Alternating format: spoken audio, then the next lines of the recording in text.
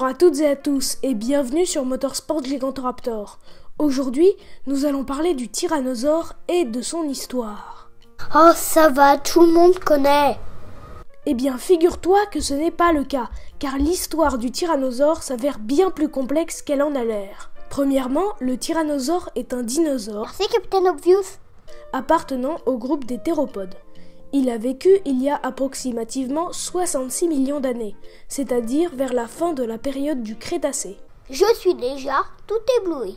Mais aujourd'hui, nous allons surtout nous intéresser à l'histoire de sa découverte et aux différentes controverses au sujet de cet animal.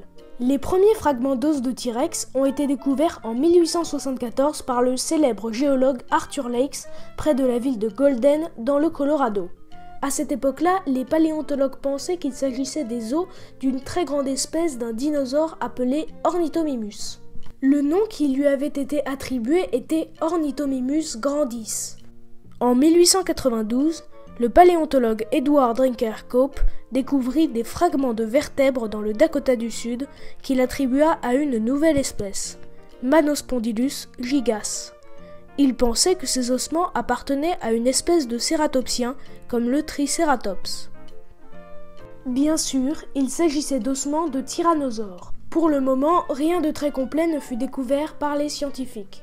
L'image du tyrannosaure était tout de même très floue et des difficultés persistaient afin de le décrire. C'est au début du XXe siècle que les controverses commençaient à se faire entendre. En 1900, le paléontologue Barnum Brown découvrit dans le Wyoming le premier fossile partiel de tyrannosaure. Le scientifique Henry Fairfield Osborn décida de le nommer Dynamosaurus imperiosus en 1905. Brown retourna sur le terrain et découvrit en 1902 un autre squelette partiel provenant de la formation de la crique de l'enfer. À partir de ce spécimen, Osborn décida de nommer une nouvelle espèce, Tyrannosaurus rex.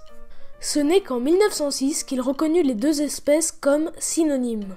Il décida de choisir comme nom Tyrannosaurus rex. Et Manospondylus gigas, tu l'as oublié? Parce que normalement c'est le vrai nom à donner. C'est vrai, mais en 2001, le Code international de nomenclature zoologique a décidé qu'à partir du 1er janvier 2000, l'usage en vigueur doit être maintenu quand le synonyme ou l'homonyme le plus ancien n'a pas été utilisé après 1899 et le synonyme ou l'homonyme le plus récent a été utilisé pour un taxon particulier dans au moins 25 ouvrages publiés par au moins 10 auteurs dans les 50 années suivant la publication du nom.